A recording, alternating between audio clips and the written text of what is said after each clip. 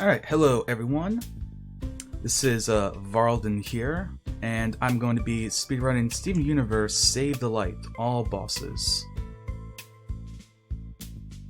Now, this is based off the TV show. I know you may have heard of it.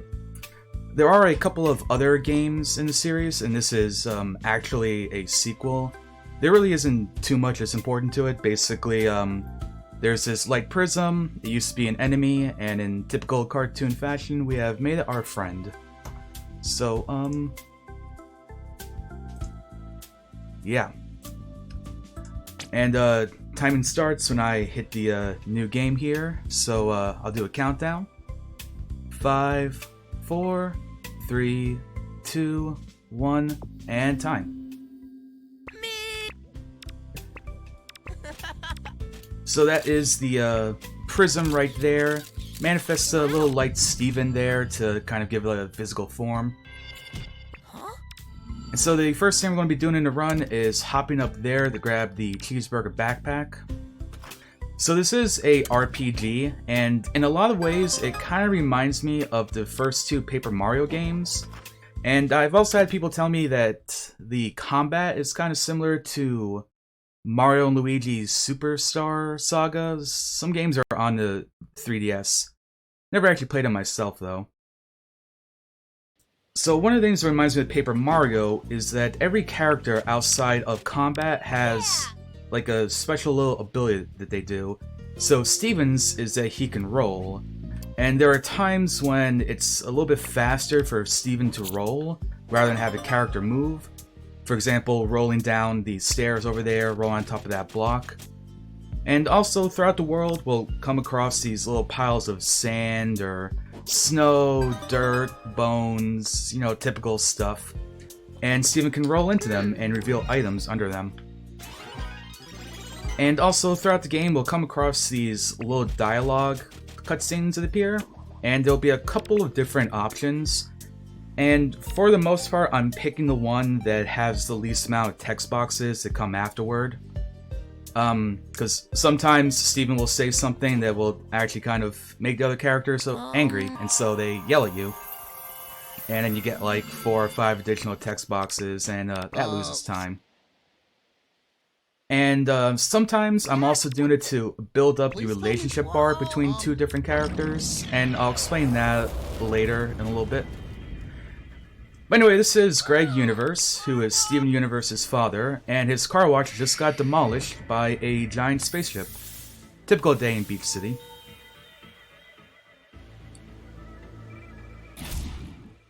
And now this is the person who is piloting the ship. This is Hessenite, and she has come to Earth to reclaim the prism because it belongs to her.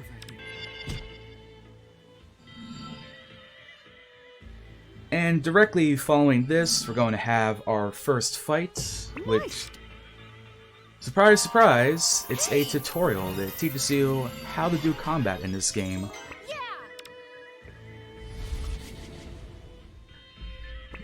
And I find the combat is kind of fun. It's a bit simple. It's a turn-based thing. And you'll see that in just a moment. One of the powers here that the prism has is that it can make these little light constructs. And these are basically the enemies that we face throughout the game. And that there, the sword that looks like Cloud Stripes' sword, is Connie. She's very useful in the speedrun. So here's like the first big thing we do as speedrunners. During the tutorial, if we just kind of sit here and not go through the tutorial, it'll actually build up our star bar on the bottom left, which is what we use to do attacks, and the constructs won't attack us. So we wait until it's about halfway through here when we have 7 stars, and then we continue with the tutorial. And overall this saves about 10 seconds, so pretty cool little time save that we have in the game. And this is basically teaching you everything that happens during combat. The little star thing appears. You want to press the A button when you're attacking or when you're blocking, because you'll block a little more damage or you'll do a little more damage. Characters have different abilities. For example, you can see Steven here can just kind of dash into enemies. He can also heal people. Connie has her sword. And I also wait a little bit during the combat, because as you can see, you have to like move up to the enemies in order to attack. So sometimes it's actually a little bit faster to just let the combat don't do anything. That way the enemies will move a little bit closer to you. That way you have a little less distance to cover. So I'm going to come up here and grab a star fruit. There are various items you get in the game. Some of them can be used outside of combat, some can be used in combat, some can be used in either. Star fruit is something you can only do in combat, and that will give you a couple of extra stars, so you can do attacks a little bit quicker. So the other really important thing in combat is getting perfect blocks and perfect hits. And that is when you see the star turn purple for a little bit. If you do that, it will be perfect. And that increases your star bar a little bit. As you can see, I just did it right there. The other really important thing that we're doing here in these fights during Beach City is I'm trying to build up the relationship bar between Steven and Connie. This is important because when two characters have that bar filled up, they'll be able to perform a team attack. And depending on the character, it'll either be a fusion between the two characters. So, basically, if you know Dragon Ball, it's kind of a similar concept. Two characters fuse and make an even more powerful character, which you can only do once per combat when they get the relationship bar filled up. And it's important because Steven and Connie's we're going to be using against the first boss. So, one way that you can fill up that bar is if an enemy is attacking another, and if an enemy is attacking one character, and you have another character deal the killing blow, they will build up their relationship bar a little bit. Sometimes when you get perfect blocks, you'll be able to give kudos to someone, which is basically kind of like giving them a thumbs up and saying, hey, good job. And I got a couple of those during that fight, which is nice. And also, outside of combat, you get an item called Thoughtful Gifts, which we'll be using later. And that's basically the only way to fill up that bar. And now we're able to switch between characters. Greg has also joined our party. For the most part, I'll be controlling Connie for the foreseeable future. Primarily because every character actually has a different speed in the overworld here, and Connie is the fastest currently. Another thing with these fights is, after a while, we've kind of figured out what's sort of the fastest way to get through these fights while also building up their bar. So basically everything I'm doing, like the reason why I'm going after this red enemy isn't just because I feel like it.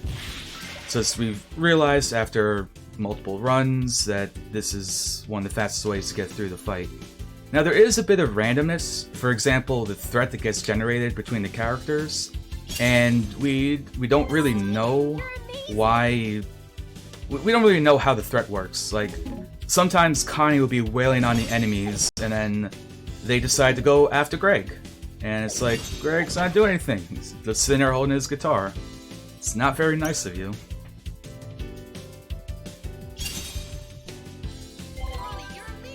And there we go, Steven and Connie are just about filled up now, which is good. Now there is one other dialogue option that happens before the boss, so when you're just about filled up and you would only need one little tick, you can actually you don't have to worry about the fights anymore. You'll be able to get them filled up right there. But otherwise, if you still see that there's a little bit of black before they get to the end there, that means you do still need to get one more tick, either through a kudos or the enemy killing, something like that. And now we can actually level up. So the first thing I'm going to do is give Steven some attack here. And a small tutorial here about using items outside of combat. The Cookie Cat is the item I just used, and it's one of the ways that we can heal in this game. And now here we actually get to see what Greg does inside combat, and he plays the guitar. So the first attack here is Greg has this damaging aura as he rocks out on the guitar. And you can also hear in the music track for the battle, there actually is a guitar that has been added, which I think is a neat little feature that this game has. Hey! Wow, you're doing great!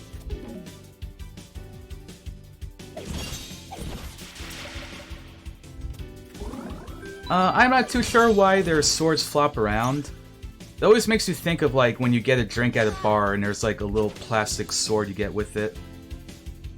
I imagine it might have to do with the fact that they're made out of like light or something like that.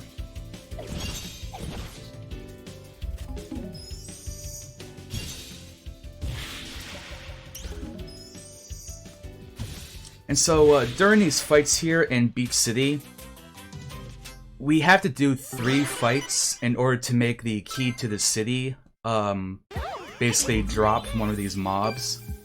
So there are a couple of different enemies that are like around here in Beach City, but the path that we do is fast and also keeps us pretty close to Mayor Dewey. The other fights in Beach City have a purple enemy. So if you kind of notice, the blue enemies here, they carry swords, they come doing melee attacks. The red guys here have that little gun and they shoot you. The thing with the purple enemies is that they're defense-based. They actually hold a shield and they have extra health. So it takes a lot longer to kill them. So not only are those fights out of our way, they also have an enemy that's harder to kill, so... Luckily, this path is nice and convenient and doesn't have any of the purple enemies.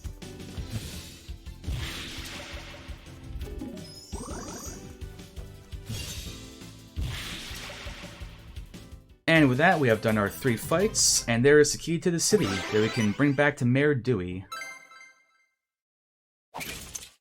And as characters level up, they will slowly gain new powers.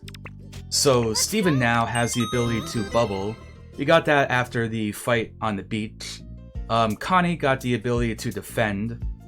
Basically, she goes in front of an ally and defends against them, and if anyone attacks them, she swings back with her sword. And we'll be using that ability momentarily. And now we've gotten our first badge. So there are a bunch of badges in this game, and they have various abilities. Some things are things that work inside combat, some are overworld things. The badge a week just got increases a character's health. Although it does have the restriction that only humans can use it. Steven is a half gem, half human, so he's able to use badges he's able to use every badge. Greg and Connie here are humans, and from now on we're going to be getting gems added to our party. So the first one here is Garnet. Now I'm going to open up the leveling menu here real quick, and I am holding an up angle and pressing the roll button, and Steven is actually going to be moving. As you can see, we're not next to the lion, we're down on the hill. So there's this little glitch where if you open up that menu during some cutscenes, you'll be able to use your out of combat ability. And since Steven's is one that actually moves the character, there are a couple of areas where we utilize that. So, we're going to have Connie defend Garnet here. And during this fight and the next fight I get into, I'm trying to build up Connie and Garnet's relationship. Because they have a very cool team attack. Now, we won't be seeing a team attack for a little bit. We don't use that until the second boss, so I'll hold off on describing it.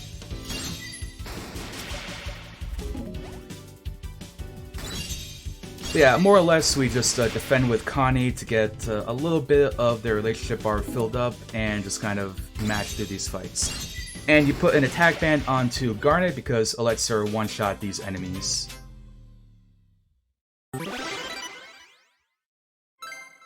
Yeah, Connie, she has a giant sword, and I do like to make the comparison to Cloud from Final Fantasy. Yes. So here we have another dialogue option coming up. We pick the rightmost one because that's what Garnet likes, and as I said, there are other options that they don't really like. So if we pick anything else, there's going to be extra dialogue that pops up. And now we're going to roll into the sand here, grab another star fruit, move around these enemies a little bit, and that is Beach City. We'll be returning here near the end of the game. But for now, we have a wide, vast world to go and explore. And first up is Beach City Woods. And this little area here is called Familiar Grounds. So I'm going to roll into this tree, grab this star fruit that's up there, and head into our next fight. Which, fun fact, is actually the last intended non-boss fight in the run. And that has been made possible by a couple of cool glitches and skips that we have discovered. And since this is the last intended fight, like I just mentioned, in this fight we're not leaving until we get Connie and Garnet fully synchronized. So hopefully I get some kudos here. That's the big RNG factor that sprouts up during this fight. And again, with the whole threat thing, like, even though Connie and Garnet are basically doing everything, just, there we go, perfect example. They decide that Greg needs to get whacked. Again, Greg is just chilling there, holding his guitar.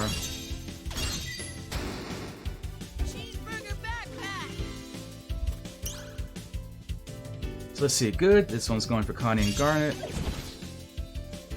Keep it up, Connie. There we go. So not too bad.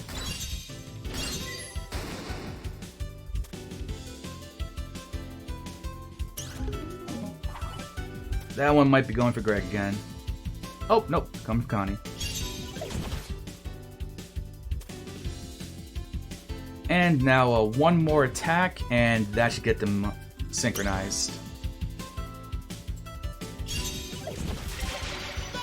And we also did enough damage. Great.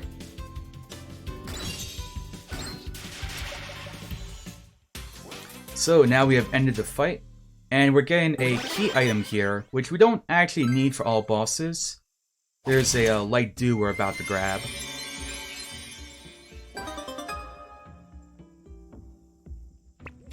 Yes. And I'll explain what exactly those are in a little bit.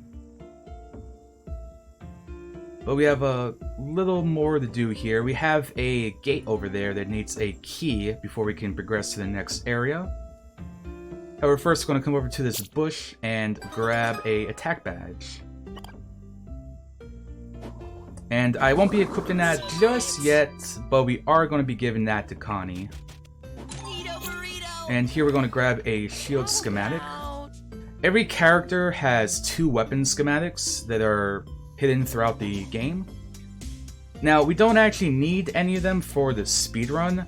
However, a certain point in the game doesn't let us continue unless we have upgraded at least one party member's weapon. That's why we have to grab it. I'm going to do a little jump here. Wow. Ah, I missed it. If you jump and press Y at the right time, you'll actually have the key unlocking the door during that dialogue cutscene. It saves a little bit of time.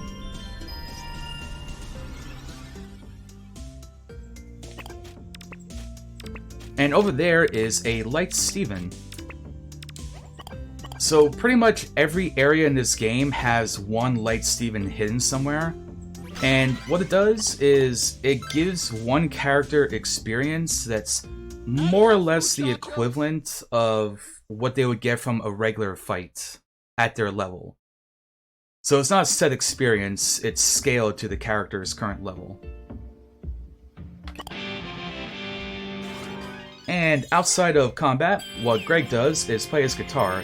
It does give a little damaging aura around him, but primarily what you use it for is to solve these little puzzles that are throughout the world. Open sesame? And now this one's pretty easy, it just tells you what the arrows are right there. However, later on in the game there are ones that are more difficult, Like, you'll have to go around the immediate area and you might have to like cut some grass or move something in order to see what the solution to the puzzle is. And here's our next member. This is Amethyst. If Amethyst is still watching, hello, you're on screen now. And so we're going to swap out Greg and toss Amethyst into our party. And continue our way throughout Waterfall Way. Avoiding these enemies. These are very easy to avoid enemies. They're pretty slow and don't have like any range attacks or anything. We're grabbing a Light Steven with Connie. Going to grab that beefy sweatband. This will be a needing nap for a boss later on.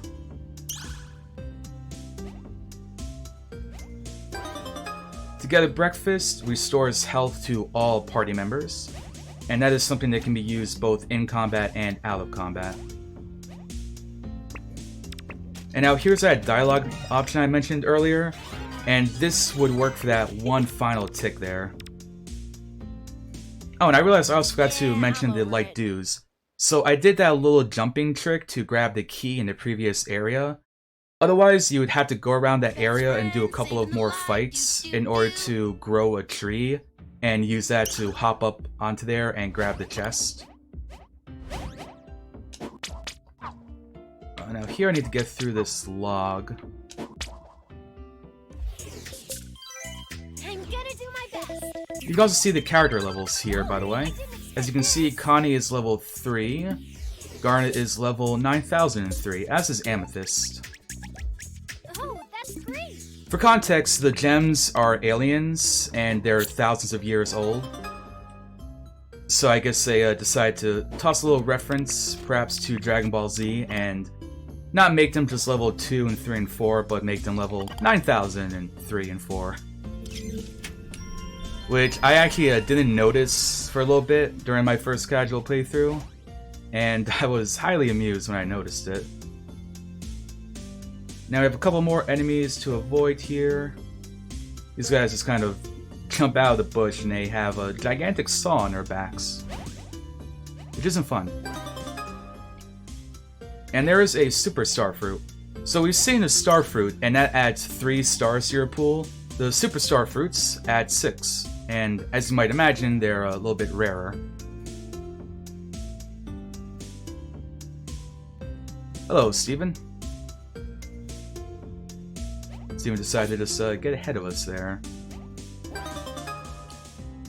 So we ran around all this way because we had to grab that key right there, because we have a big old key gate right here. And past there, that blue thing that you see there is a healing pad. You typically find them before boss rooms, or like right before a difficult area, and that restores the health to everyone currently in your party. Now I'm going to open up the menu here again and walk through the door, because doors lose time, so it's faster to just go through them. And that's one of the areas where, again, open up the menu lets you do some stuff during cutscenes that you wouldn't be able to do otherwise. So we have a couple more items to grab, and now we're doing the first fight. And here is Hessonite.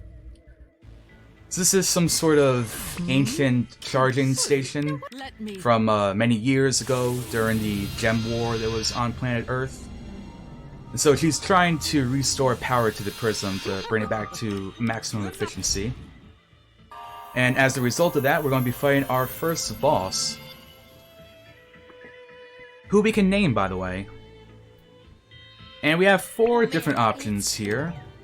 And naturally, I think there's really only one correct option, so I'm going to be naming this big boy Dave. Dave! And Steven also yells out the name, whatever you pick, which I like. Now, Dave isn't too tough. So what we're going to do is Steven and Connie will do their team attack. So they're going to fuse into Stevani. And I'm going to throw a beefy sweatband onto them. And I'm going to wait because Dave can sometimes attack and I can interrupt him if he does. Like that. There we go. So now we're going to start attacking.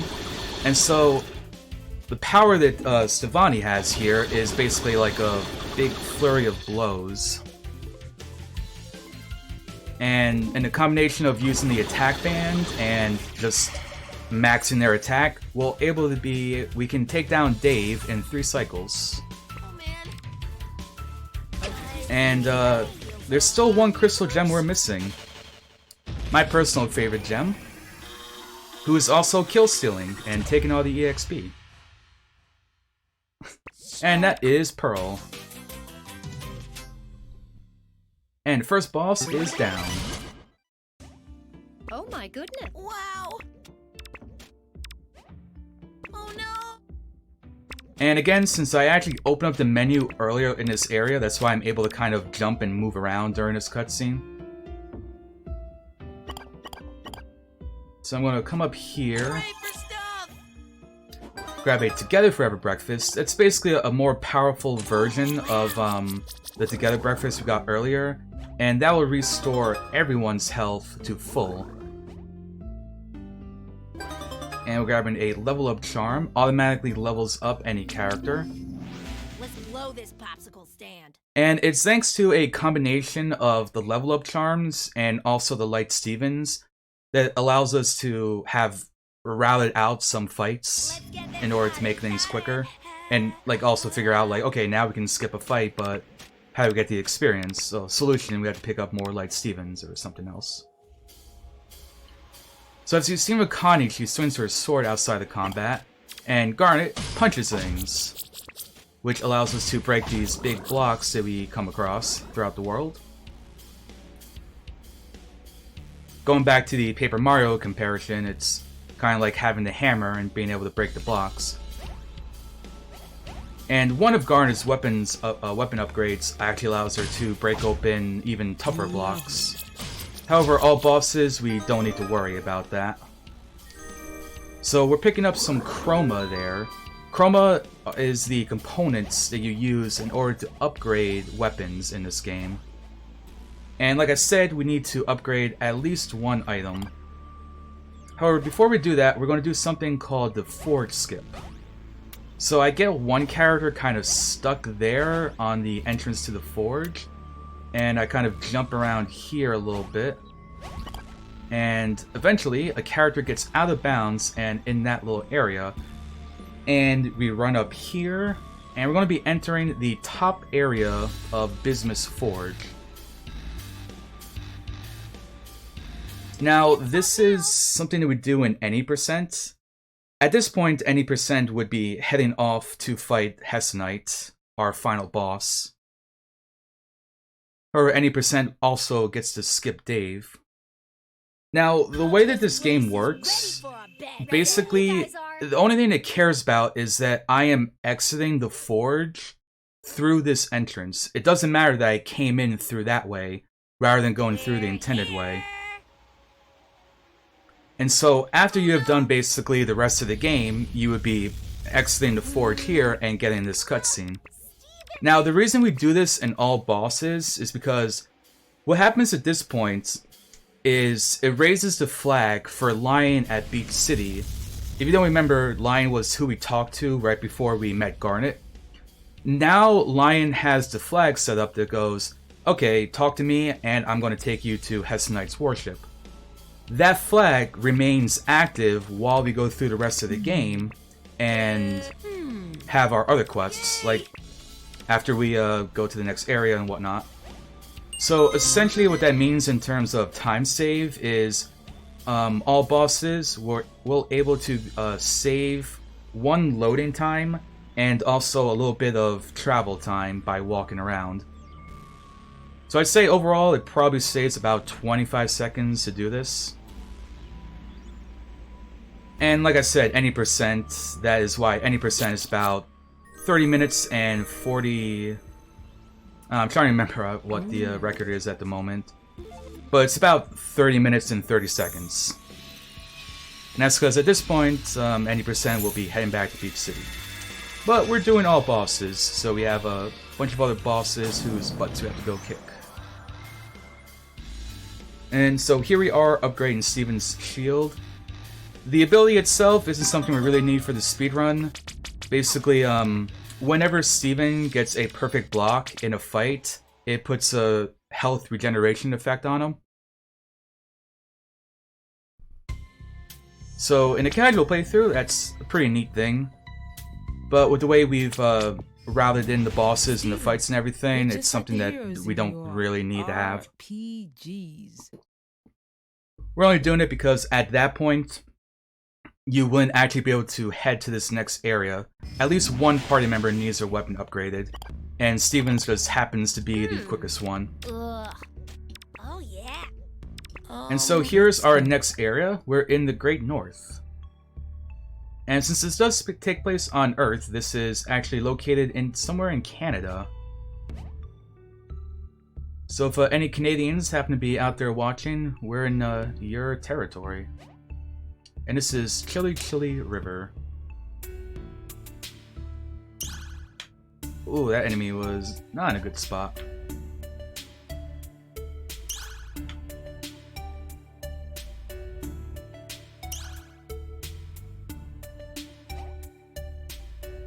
And there we go. That is pretty much the only annoying enemy. Is he can stand in a certain area where he'll like aggro regardless of if you go up or down.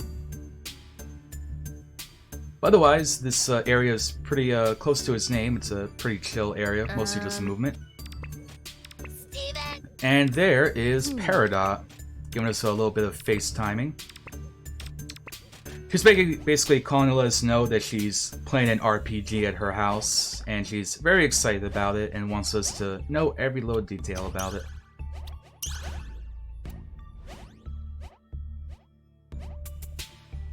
And up there you can see a character called Onion.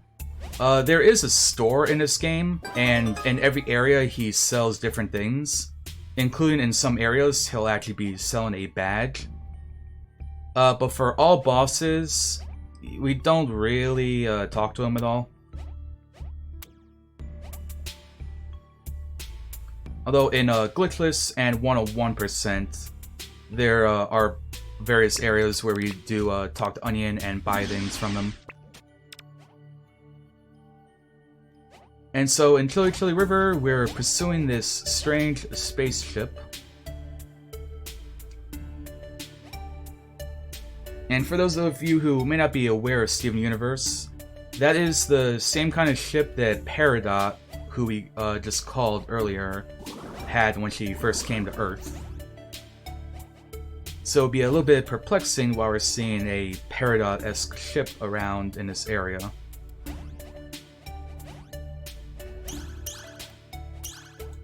And we grab this chest here, which has another level of charm inside of it.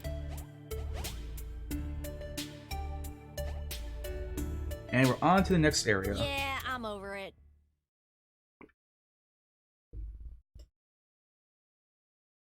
Now, this area is kind of cool. Here It's we the go. one area in all bosses where we actually go out of bounds to go through the area.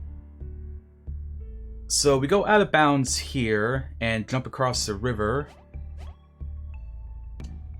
Now, Steven is slower than Connie, and the reason why this is faster is because there would be another cutscene with that spaceship. But because we're going out of bounds, we basically get through the cutscene trigger without activating it. And so this saves probably about 12 seconds as opposed to going through the area normally. And we basically run until we see the waterfall here, which is coming up momentarily. Then we head back into bounds. I switch over to Connie because we have a light Steven hidden down here. And we're going to get another phone call from Peridot. Steven! Yay! Yeah, this game does have a lot of great audio clips, I do agree. I've got just the thing. So we're going to toss one of our Maybe level up charms onto Connie, and she now has the study ability. So basically, during combat, she ready can when you study, guys are. and she will get +1 to her attack. And it does also stack. Stick together, team.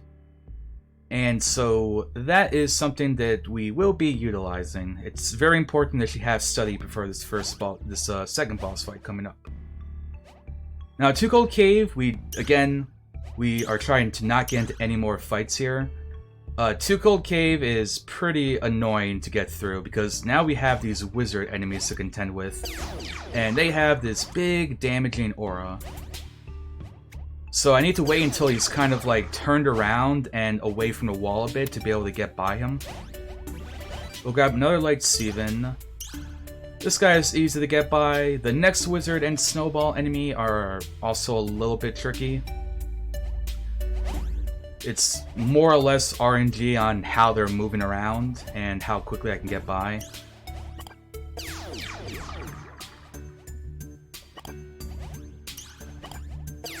So I'm kind of like switching over to the other character here. I've gotten the snowball stuck. And good, the wizard is far away enough. And so that is Too Cold Cave. You guys are. Before we realized that we can actually get the snowballs stuck there, this used to be such a pain to get through. And we would typically lose runs there because you would eventually just have to say like, alright, I'm losing too much time, I gotta go, and then get hit. So we're grabbing some donuts because they're healthy and they restore your health.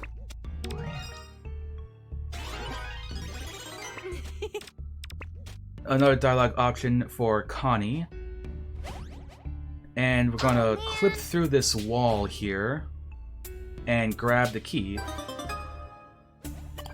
Now, otherwise, we would have to go up to we'd have to like go through this path, go up to the left area, and do a fight with a snowball enemy in order to get the blue key to enter that little area. But we discovered that there's a way to just kind of clip into it, so we don't have to go and do that fight. And that is really cool because that ends up saving about 2 minutes in all bosses. Oh good, and Connie is there. When you do that little jump there with Steven, which is not the intended way to get through this area, it's basically RNG on which characters are going to appear and which ones are going to kind of like go through the area normally. So I would like to have Connie because Connie is still the fastest. She's faster than Amethyst and Garnet. And on occasion, you only have Steven when you're running in this final area here, which really sucks. Oh no, the donuts don't have fish in them, don't worry.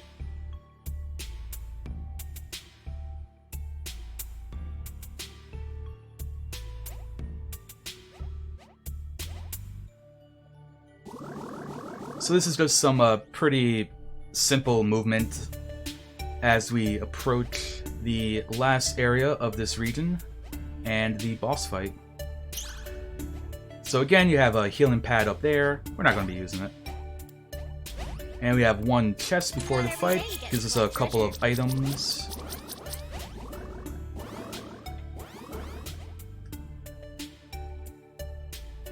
And we're heading to the next area. Nicely done. Now, we have Garnet and Connie, who are totally synchronized, because we did that back in Beach City Woods. Look at this place. And we're going to be using their team attack here. Now, Garnet and Connie don't fuse. Fusion only works between gems, and Steven, who's the half gem. So any team attack that involves, that doesn't involve them is something else. Like, for example, Greg and Steven is a heal and an overheal. On top of that, 125%. Garnet and Connie's is a pretty sick damaging attack. Now, Square Dot does give me RNG depending on what attack he does first. So hopefully we'll get the good RNG. So the first thing we're going to do is have Connie study. Then we're going to go up to Garnet. And this attack here lowers the target's defense. You'll see the shields rotating around Square Dot right now. And now let's see what we get. Oh, and we get the bad attack. So this is the bad RNG. instead of the other attack that we're going to see momentarily, she kind of, the spaceship opens up and does this vacuum attack and is dragging us towards the ice. And getting the bad RNG here is about a 21-second time loss. On the bright side, it is a good leg workout. You're amazing. And if you're familiar with The Legend of Zelda, then this may look familiar to you. She's going to form this ball of light and toss at us, and we're going to play tennis for a little bit. And she messes up, it hits her, and now she's angry and coming out of her spaceship. Oh, and that's my favorite response she gives. So we're going to throw this attack item onto Connie. She has one study, and here's her team attack. And this is why they are overpowered.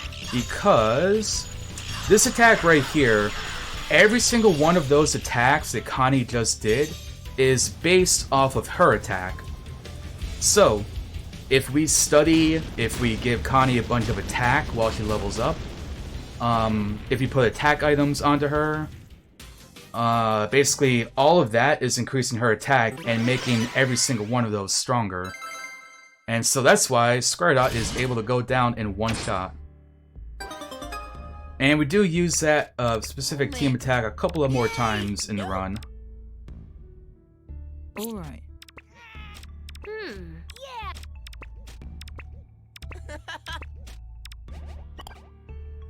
And so just like after Dave, we have a couple of chests here, or kind of like reward for defeating a boss. So we'll be grabbing these. And also a badge. We do use that badge. I won't be equipping it for a little bit though. And before we head off to the next area, we're making a small detour to the barn. And for any Steven Universe fans out there, you know that the barn means we're going to be meeting everyone's favorite character. And that is Pumpkin. Isn't she adorable? Oh, hey. And yeah, I guess Peridot and Lapis are here. Right. What is unbelievable? I think the word and light. Now what happens Open your mouth. when a Peridot meets another Peridot? Well, do you know what you are? They're about to get into an argument here. Maybe we should break it up and... You're a shallow strata, Zeta kindergarten, Claude. Claude. Me. A Claude. You're the Claude. Claude! You're the Claudiest Claude I've ever seen. I was told that in Australia you guys are a little more lenient with the cursing, so I'm letting this go through. Claude! Wow. This Hey, laugh it. fresh out. Guys, but I'm sure we... Silence. So unfortunately, Squaredot's being a little aggressive, so we're gonna have to go ahead and take care of her. And now since Amethyst doesn't really get to do much, we're gonna have Amethyst poof her.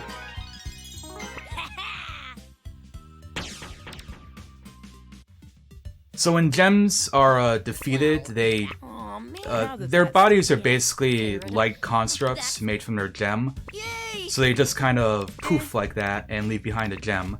And they reform at some later point. Now we're going to talk to Connie here, do this, and give her a little bit of experience. We're also going to talk to Garnet. Give her some experience. And we're going to go over to Pumpkin, and we're going to pet Pumpkin. So if you were curious, Steven Universe is one of the games where you can pet the dog.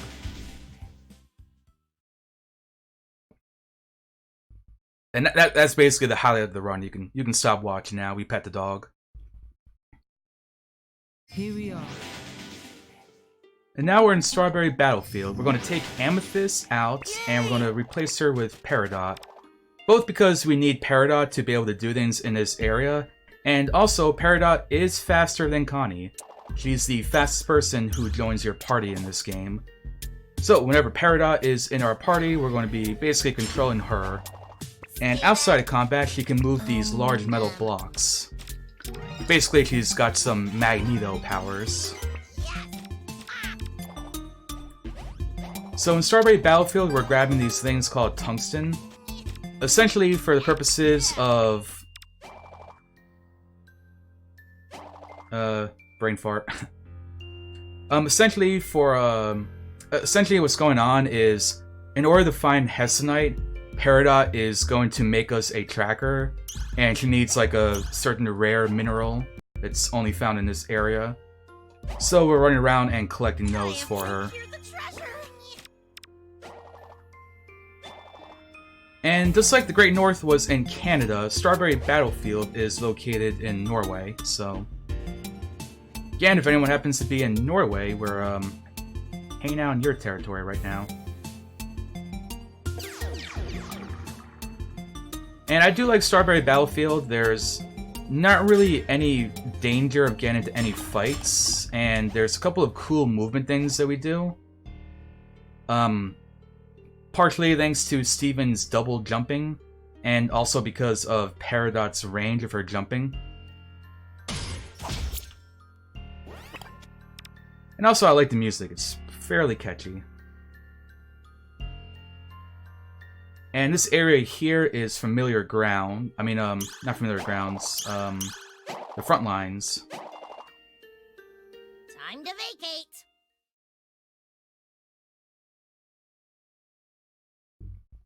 And now we're popping on over to Ruined Ruins. Can you believe we're here? And this area does have a couple of cool things. And here, Peridot is basically giving some exposition on what Hessonites are. And basically, Hessonite is like a top general of the Gem Empire.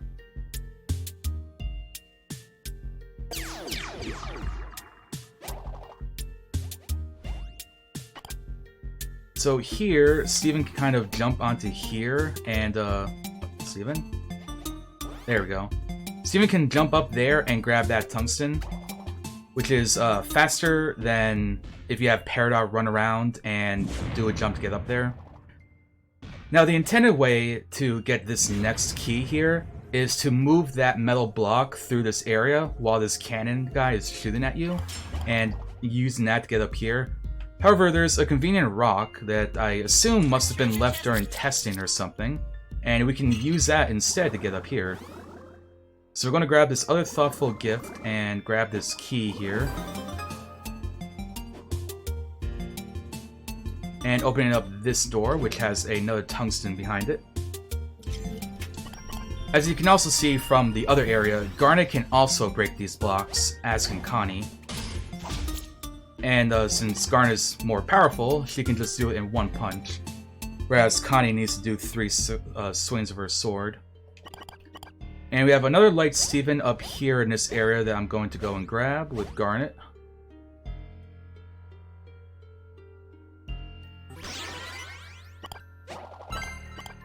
Gives Garnet a level up. Oh, where's Peridot? There we go.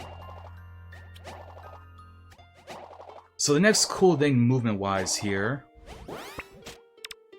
is we're going to be moving this block over here. Normally you'd have to go through this area more and arrange these blocks in a certain way to be able to get through. But this sword here happens to have a little area that you can jump across on top. And so we can skip doing the intended way to basically solve this puzzle here. And that is Ruined Ruins.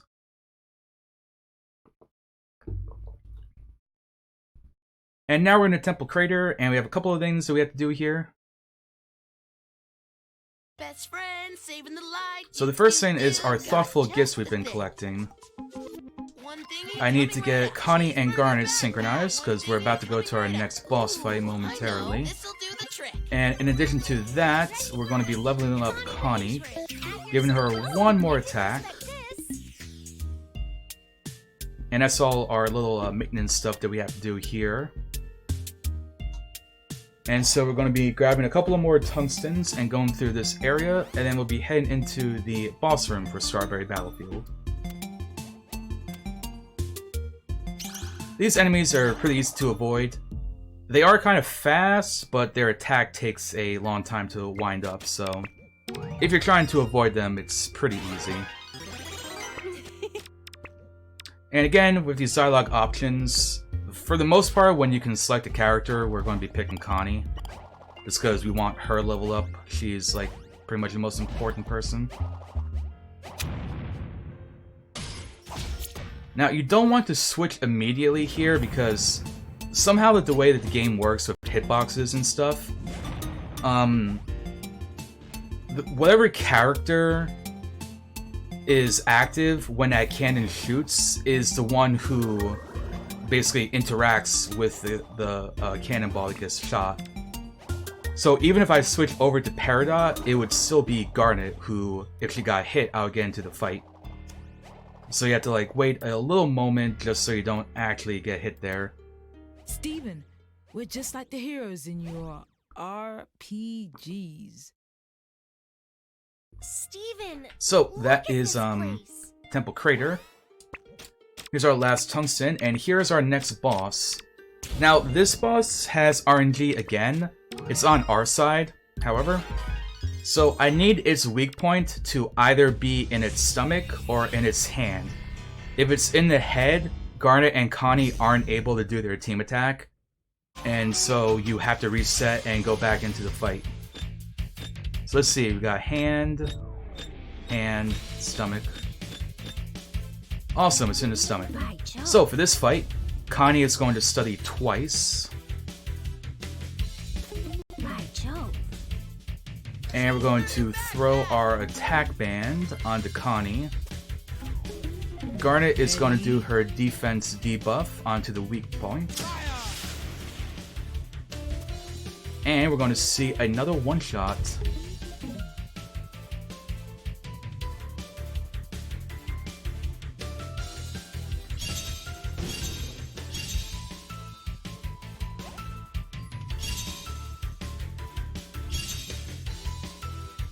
And Spiky Mix Spike Ball goes down.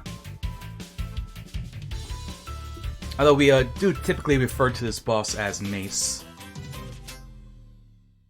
For my splits, I always name him Mace Windu. Just because I couldn't really think of anything else. And I thought it was a good name anyway. Hey, stop! And now Steven has a ukulele ability. Basically, he can play the ukulele, and whoever he plays it on gets an attack buff. And it's essentially the equivalent of someone having an attack item on them. So instead of having an actual item, you can have Steven play the ukulele. Time to vacate.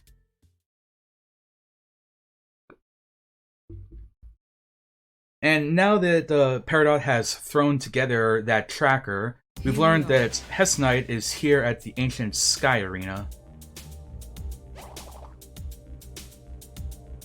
And this area also has one of my favorite tracks in the game. Unfortunately, Glitchless and all bosses doesn't spend too much time here. We basically just come for the Hess Knight cutscene and leave. 101%, you run around this area and collect a couple of different things. And so she came here thinking that something here in the Sky Arena would help bring the prison back to its full power. And she has disappeared once again.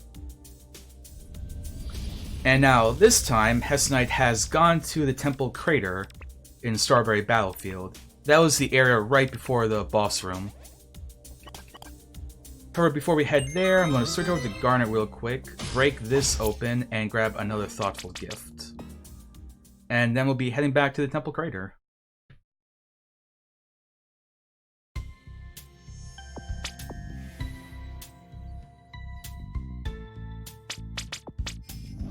We're just getting started.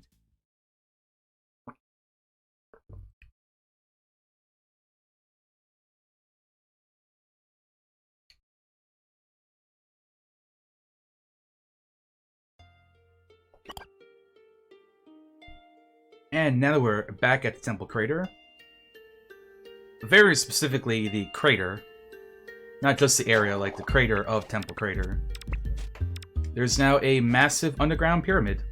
Looks like another win for the Crystal Gems. So naturally, we're going to head right into it and explore it. Because what could go wrong?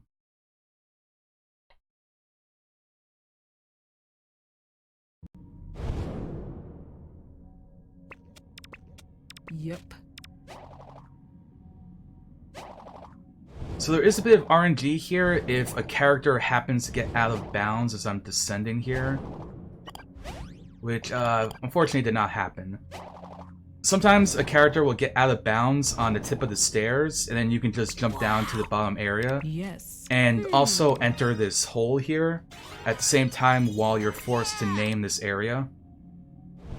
And, like, optimally, you can probably save about 13 seconds from that. Unfortunately, there's no way to really guarantee that a character will get out of bounds. You just kind of have to, like, hope that it happens.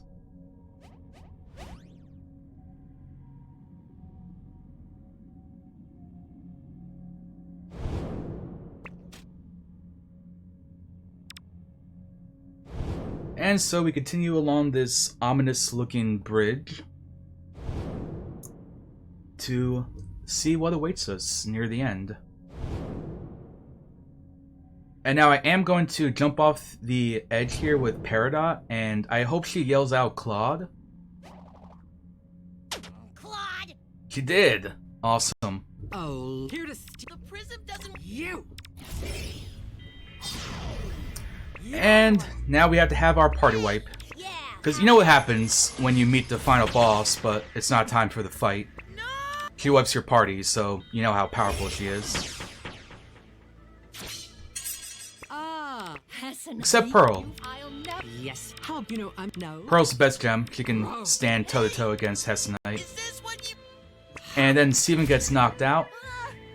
If you've ever seen the movie Friday, there's a scene from that movie that I kind of headcanon as what happens to Steven here. But this is a PG-13 stream, so I will not repeat the words. Ugh. And we open up that because I'm going to move here and try to get through a loading zone during this dialogue cutscene here. Yeah! And I got it. And so that ruby there, that gem there is Sapphire. So Garnet, who we've had in our party, is actually a permafusion of two gems. Essentially, a permafusion is when two gems decide to fuse, and they essentially are fused all the time. So Sapphire is one half of them, Ruby is the other half. And in this area, in order to progress and get through that door, we have to grab two keys. So I grabbed one of the keys, the ancient thingamajig. And through this area is where we're going to get the other key. So that first key was pretty easy. This area is a little bit longer. And a little more treacherous. You have the big old spikes coming out of the ground here. Luckily, Peridot has some nice long jumps, so they're not really too dangerous. And now we're going to see one of the annoying enemies of this game, the stabby ghost wizard people. I don't really know what their actual name is.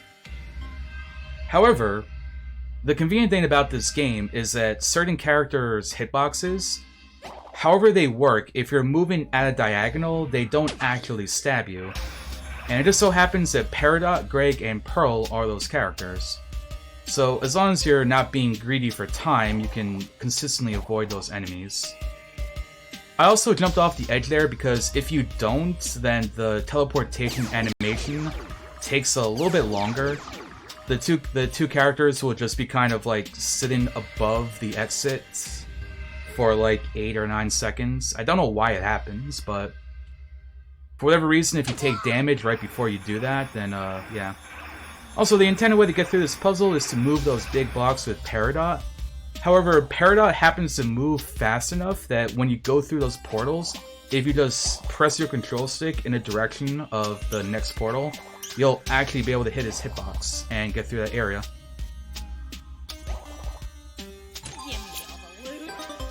And there is a other thingamajig, and so we have gotten our 2 keys, and we can move on to the next area.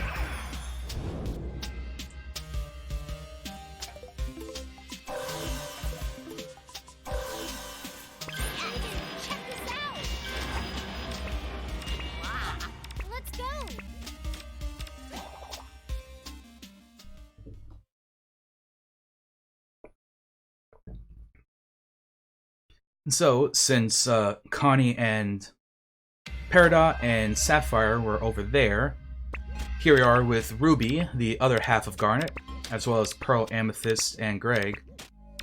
But Steven's not here. And I have absolutely no clue where Steven is, so whenever we find out where that is, I'm going to be just as surprised as all of you.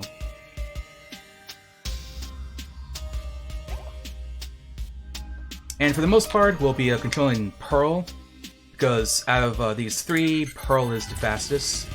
Pearl actually has the same speed as Connie. Little fun fact. And now we're coming up to what is possibly like the hardest trick to do in the game. And that is something that I discovered, and it's called Pearl Skip. And basically, messing around with hitboxes and switching characters and whatnot, we'll able to open up this gate without doing the fight here.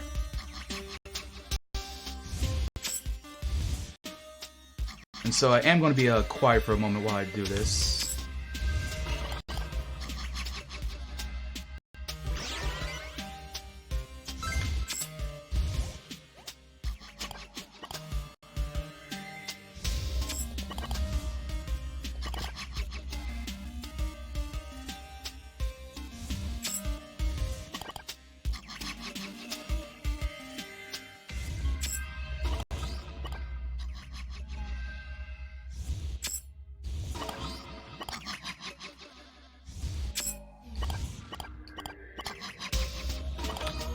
Alright, there we go. So essentially, that area that I put Greg is an area where that monster, where that enemy does not have aggro. So, by having Greg there and having Pearl throw that spear, which is what we have to do in order to unlock this gate, if you throw the spear and then switch back to Greg, during that cutscene, you're Greg, so you're not within its aggro range. Otherwise, if you were as Pearl, you would get hit by that enemy because it would stab you during the cutscene. So even though you open up the gate, you would then have to do the fight. And so by exploiting that, we're able to get past that little area without actually having to do that fight. So that not only saves time from not doing the fight, but otherwise we would level up Amethyst and Pearl and rearrange our badges a little bit in order to prepare for that fight. Since, as you can imagine, we're kind of underleveled since we go through this game by like basically only fighting the bosses. So that fight used to be pretty difficult, and now we just don't do it. So Pearl can also break things with that spear, and Amethyst uses her whip to grab things across the chasm. A couple times you may have seen an item in the background that was like kind of out of the way, and it looked like I couldn't grab it. The way to get that is to use Amethyst. And just like how Garnet and Connie can break those crystal blocks and stuff, Pearl's spear breaks them too. However, her unique thing to her is that if stuff is across a chasm, she's the only one that can break them. And in a couple of other areas in the game, you'll come across places like that where you would have to use Pearl in order to break them. However, in all bosses, that's the only time when it's actually something you need to do in order to progress through the game.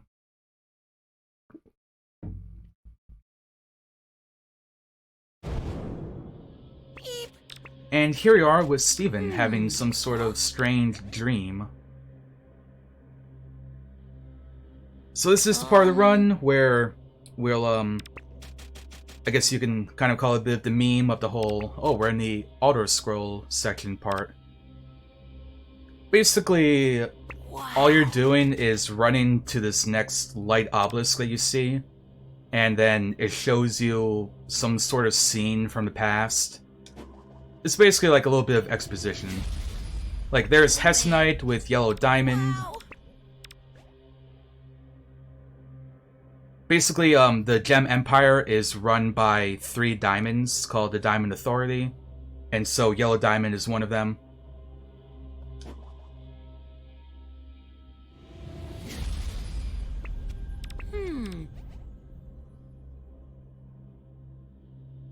So this part is like really cool when you're casually playing through it, and I imagine if you're playing through it, you kind of care about like the lore and stuff. So it's like, oh, cool, we're learning about like this thing that happened during the war and all that stuff. But for the speedrun, it's like, okay, here's 2 minutes of just downtime when you don't really have too much to do. Mom?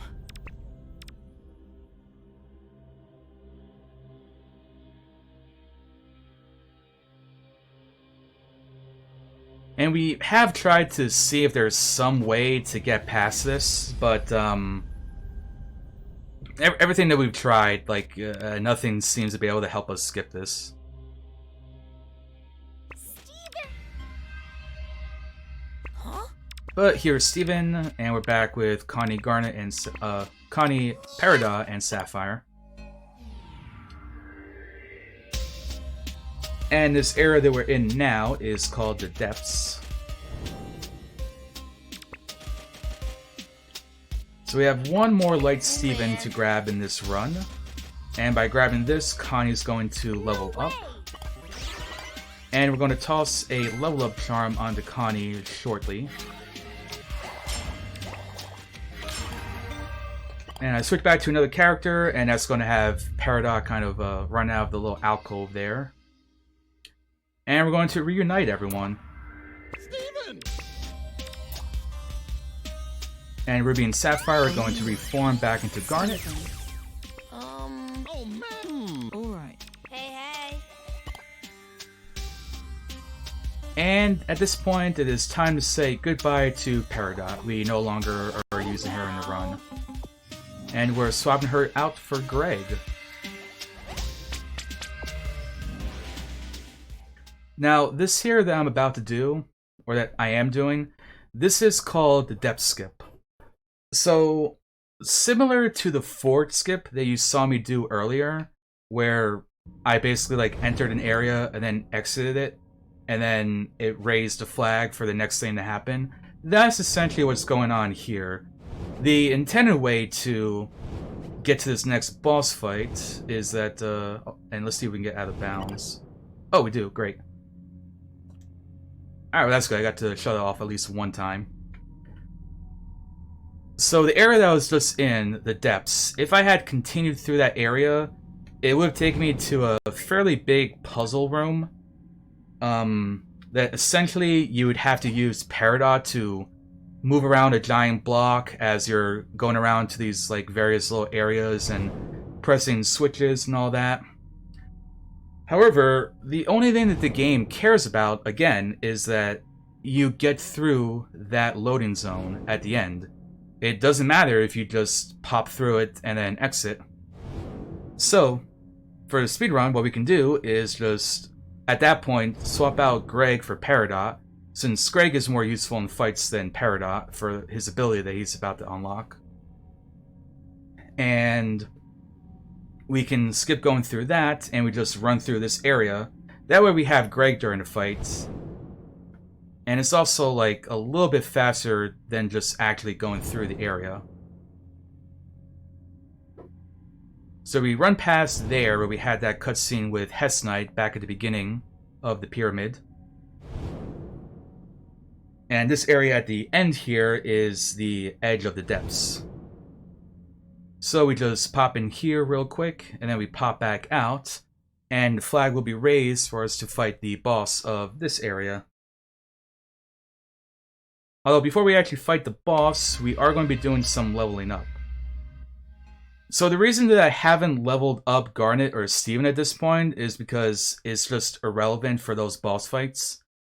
However, for the next 3 boss fights we're about to do, leveling up kind of is important because they go on for a little bit longer. So that's why we wait until this point to do that.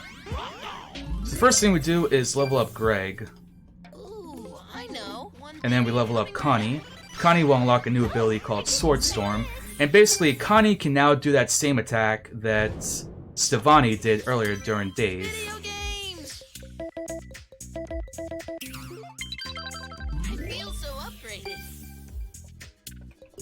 Excited to be here. So as per usual, Connie gets a bunch of attack and luck. Training paid off. Steven's most important thing is reducing the cooldown on the backpack. And for Garnet, it's leadership, which increases everyone else's defense. No biggie. Greg gets a lot of his in teamwork here.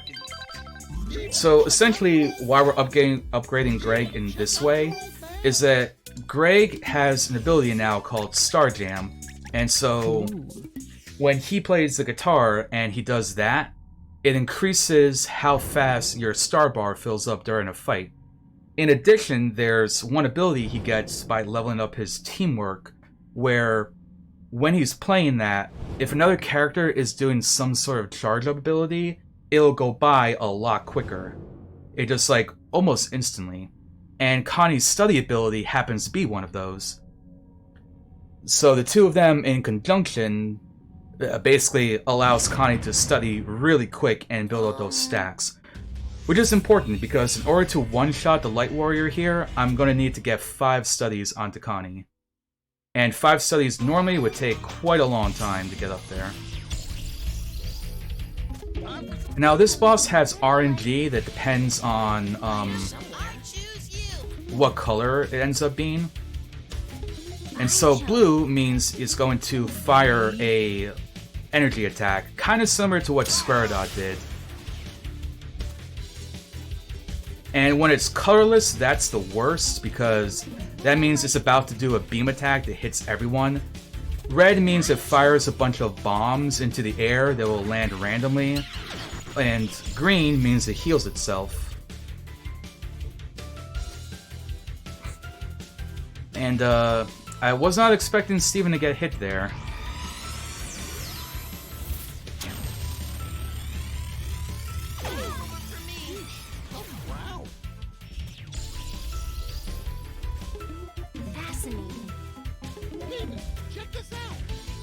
Yeah, so that is not good RNG, and also bad playing.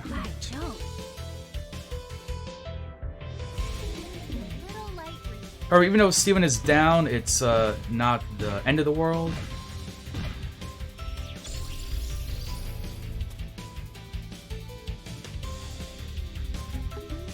Ready? Because as long as Connie gets some studies. One more study, and then she probably will bring him down in one hit. Or get pretty close to it.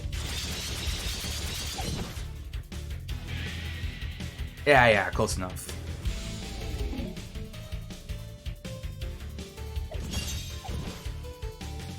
So yeah, still a fairly quick fight, at least in comparison to if you were doing this casually. And now, during this cutscene, Steven, you don't even have to, like, open anything. Steven can just, like, jump around and stuff. So I am trying to get close to one of the chests here. I should be somewhat close to it. Let's go. Yeah, there we go.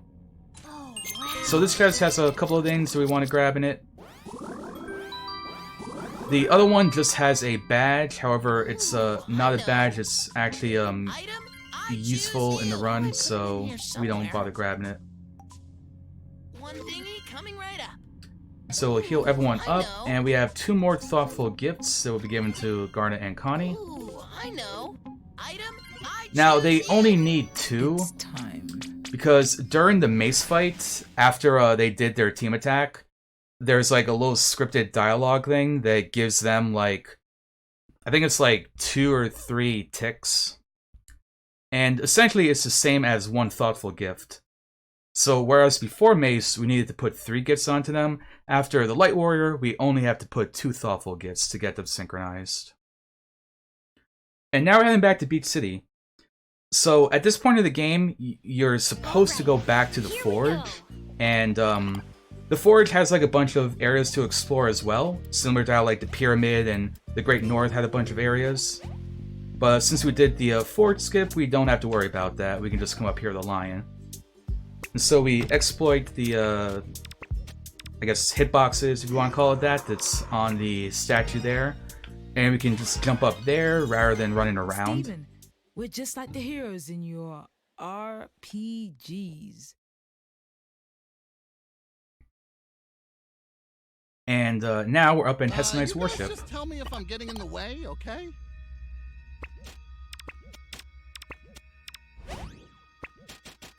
Now we have one more Light Steven here. That's how you look. And Garnet now has a taunt ability. Pretty self-explanatory. She taunts, and then the enemies will like automatically be aggroed onto her. Look to the future. Check this out. And we'll also pop one more defense onto her.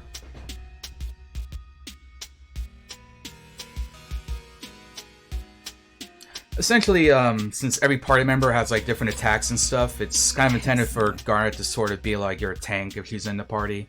The day we have. What? That's why she gets the taunt ability. Well, isn't that?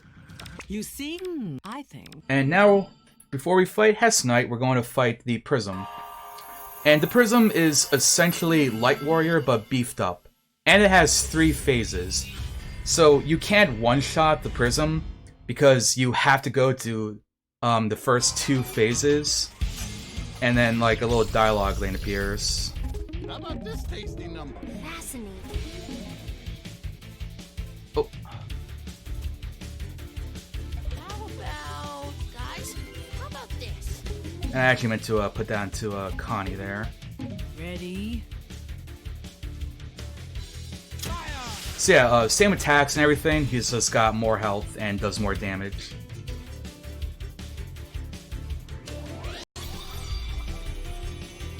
Now, if it ends up being blue, it'll actually do enough damage to itself to go to the next phase. Oh, and it's not blue.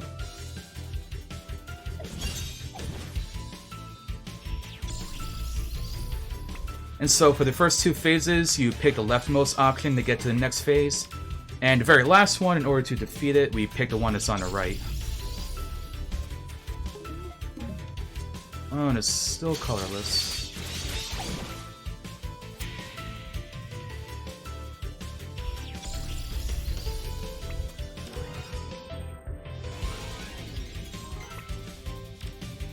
We also get to hear the guitar get added to the boss track. I forgot to mention that in the last fight. And we also have the ukulele now too. Makes for quite a banger in my opinion.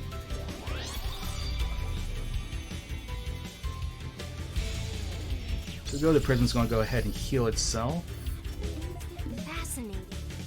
Ooh, I know. Maybe this? Ready? So one study and a sword storm should be enough to bring us to the next phase.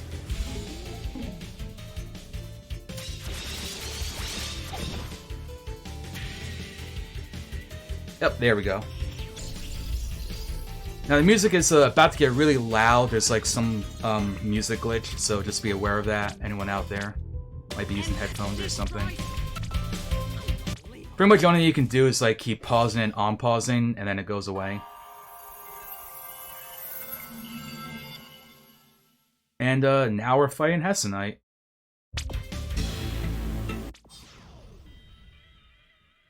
Now, Hesse Knight has a great theme that I think sounds amazing with Greg's guitar. This is my favorite track of the entire game. And now, what I want to have happen here is, if Hesse Knight attacks the Light Warrior, or the Prism rather, Steven can heal it, and it puts a massive defense debuff onto Hesse Knight. Otherwise, her defense is like crazy strong.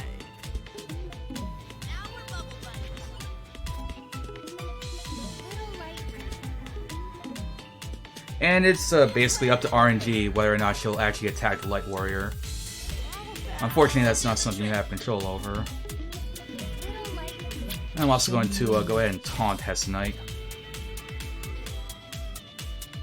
If she doesn't, then I need to get Connie up to like 10 or 11 studies. Otherwise, just 3 studies is enough to bring her down, along with Garnet's defense debuff. Oh, awesome, there we go. So time is going to be coming up in just a bit when the screen flashes white after the last hit on Hesse Knight. So we have the debuff onto her. Ready? we're going to throw the defense debuff as well. And then we team attack, and just like the other bosses, we one-shot her. And time is going to be like in 5 seconds here. And time. Alright, so Hess Knight actually gave somewhat decent RNG. So the attack she does where she points her sword at someone, that would be a one-shot unless they are bubbled by Steven. Otherwise, it does half of their health, regardless of how much health they have at the moment. She also has an AoE attack. She kind of like makes these little triangles appear underneath everyone. Then she slams her sword down and does damage to everyone. In addition to just like an attack where she runs at you and swings a sword. And so yeah, that is Steven Universe Save the Light. And there were plenty of things that we didn't actually go do. Like, there were various areas we didn't go to. Citizens in Beach City actually have quests they kind of send you on. So, if you might want to play through this game casually, you definitely, like, are missing out on a lot of stuff. So, don't worry about, like, being spoiled. And if it looked like a game that you might potentially want to speedrun yourself, on speedrun.com, there are guides for both any percent and all bosses. Yeah, thank you very much for watching, and thank you very much for having me. And thank you for your donations for the Bushfire relief. And that'll be it for me. So I hope you enjoy the rest of the run, and have a good rest of your day.